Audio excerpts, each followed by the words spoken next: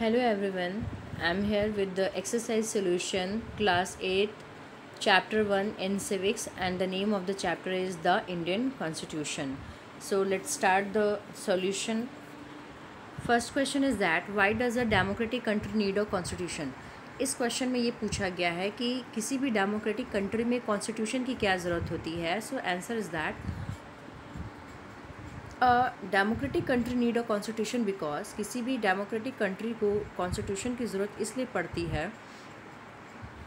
First is it Lay's out the important guidelines that govern decision making with in the various societies of the country.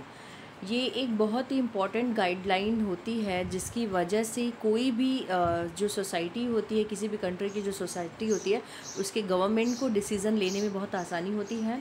It lays down the ideals that from the basis of the kind of country that is its citizen aspire to live in. उसके साथ ही साथ ये उन ideals की भी रूपरेखा तैयार करती है जिसके बिहाफ पे या जिसके आधार पे kind of country that is citizen aspire to live की किसी भी कंट्री के लोगों को जीने के लिए उत्साहित किया जाता है. Third is that it serves as a set of rules and principles as the basis by which the country has to be govern. उसके साथ ही साथ ये पर्टिकुलर रूल्स और प्रिंसिपल्स को बताता है जिसकी हेल्प से कोई भी कंट्री अपनी गवर्नमेंट को चलाती है. It provides rules to safeguard the interest of minorities and prevent any kind of domination by the majority or on minorities.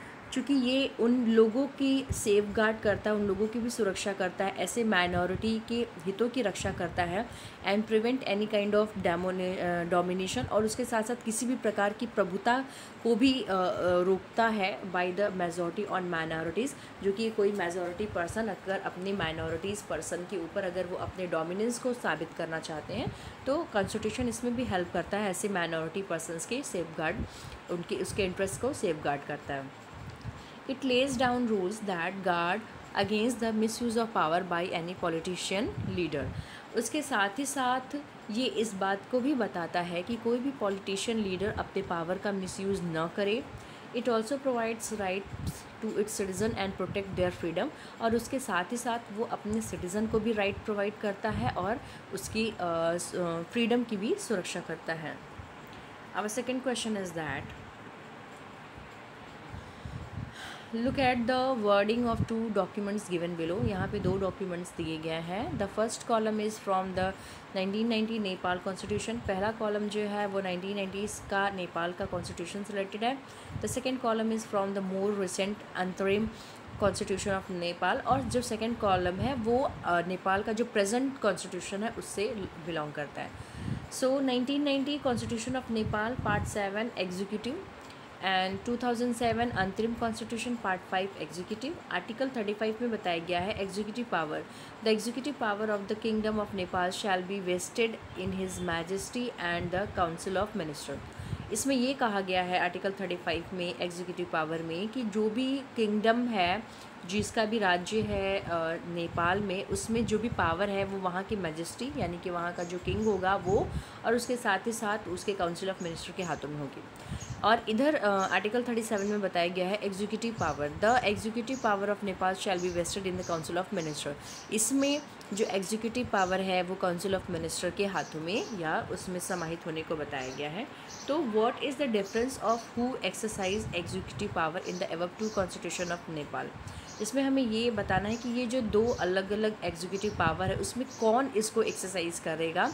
Keeping this in mind, इस बात को ध्यान में रखिएगा. Why do you think Nepal needs a new constitution today, कि नेपाल को नए constitution की ज़रूरत आज क्यों पड़ी. सो आवर आंसर इज़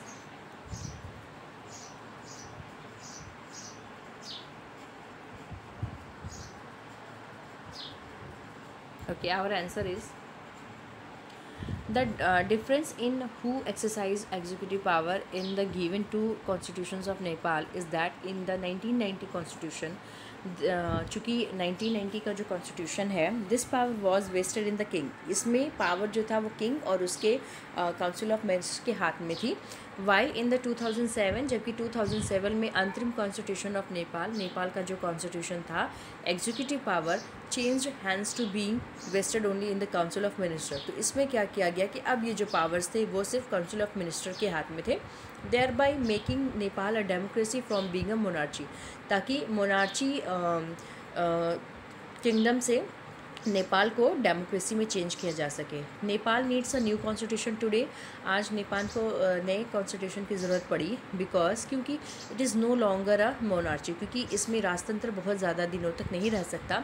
तो older constitution vested power in the king. जो पहले का कॉन्स्टिट्यूशन था उसमें किंग के हाथों में पावर थी, but when the country is now a democracy, लेकिन अब चूँकि कंट्री डेमोक्रेटिक हो गई है, a new constitution is needed to reflect the democratic ideals of Nepal. तो अब एक नए कॉन्स्टिट्यूशन की ज़रूरत है ताकि वो नेपाल के डेमोक्रेटिक आइडियल्स को बताए दैट द पीपल्स, जो कि वहाँ के लोग movement desired and fought for, उन्होंने इसके लिए मूवमेंट किया और उसके लिए उन्होंने लड़ाई लड़ी। In order to achieve this, इसको हासिल करने के लिए all its constitutive rules must be change, इसलिए इसके जो भी कॉन्स्टिट्यूटिव रूल्स हैं वो बदलने होने चाहिए। Third question is that okay yes what would happen if there were no restriction on the power of elected representative। अगर हमारे द्वारा जो भी रिप्रेजेंटेटिव इलेक्ट होते हैं, अगर उनके ऊपर कोई रिस्ट्रिक्शन नहीं होगा तो क्या सिचुएशन होगी। So our answer is that if there are no restriction on the power of the elected representative, the leader might misuse the power given to them. अगर हमारे द्वारा चुने हुए जो रिप्रेजेंटेटिव हैं उनके ऊपर किसी भी तरह का रिस्ट्रिक्शन नहीं होगा तो वो अपने पावर का मिसयूज़ करेंगे। The constitution provide safe guard against this misuse, और कॉन्स्टिट्यूशन इसके अगेंस्ट हमें सेफ गार्ड प्रोवाइड करता है कि ये पावर का मिसयूज़ न कर सके जो हमारे पॉलिटिकल लीडर्स हैं। Question number 4, in each of the following situation identify the minority. नीचे सिचुएशन दी गई है जिसमें से हमें माइनॉरिटी को आइडेंटिफाई करना है। Write one reason why you think it is important to respect the views of the minority in each of this situation. आपको रीज़न भी लिखना है कि ऐसा क्यों इम्पॉर्टेंट है कि इस सिचुएशन में ये जो माइनॉरिटी है इनके लिए रिस्पेक्ट होना बहुत ज़रूरी है। So first is in a school with 30 teacher. एक स्कूल जिसमें 30 टीचर्स हैं जिसमें से 20 मेल टीचर हैं। इन अ सिटी में 5% of the population of Buddhist, पूरे पॉपुलेशन का 5% बुद्धिस्ट हैं। In a factory mess for all employees 80% are vegetarian. एक फैक्ट्री का मेस है जिसमें कि 80% वेजिटेरियन है। D in a class of 50 student का क्लास है जिसमें कि 40 belongs to more well off family, जिसमें कि जो 40 जो है वो बहुत ही अच्छी फैमिली से बिलोंग करते हैं। So our answer is so female teachers are in minority. इसका मतलब ये हुआ कि फ़ीमेल टीचर्स माइनॉरिटी में हैं। The female teachers must be allowed space to voice their opinions so that their efforts as teaching are not hindered by their minority status। क्योंकि ये जो फीमेल टीचर्स हैं इन्हें ऐसा अलाउ करना चाहिए, उन्हें इतने स्पेस देनी चाहिए कि वो अपनी वॉइस रख सके और अपनी ओपिनियन को भी इस बारे में बता सके कि उनकी टीचिंग में वो अपना कैसा एफर्ट दे रही हैं, कहीं ऐसा ना हो कि वो माइनॉरिटी स्टेटस की बन के रह जाएँ। B Buddhist are in a minority. Buddhist minority में है सिटी में। Every individual has the right to follow the religion of his या हर चॉइस। सारे व्यक्ति को अधिकार है कि वो अपने अनुसार अपने धर्म का चुनाव करे। People of other faith must respect the religion other than their own. और जो पीपल हैं उन्हें अपने ही धर्म की तरह दूसरों के भी धर्म का सम्मान करना चाहिए। सी नॉन वेजिटेरियन आर माइनॉरिटी। चूँकि उसमें इसमें नॉन वेजिटेरियन जो है वो माइनॉरिटी में है। Food choices personals wish, so he और she should have the freedom to eat what he और शी वांट्स। चूँकि भोजन का अधिकार किसी भी व्यक्ति का उसका खुद का अधिकार होता है, तो इसलिए वो व्यक्ति स्वतंत्र होना चाहिए कि उसे क्या पसंद है। Fourth underprivileged are in minority.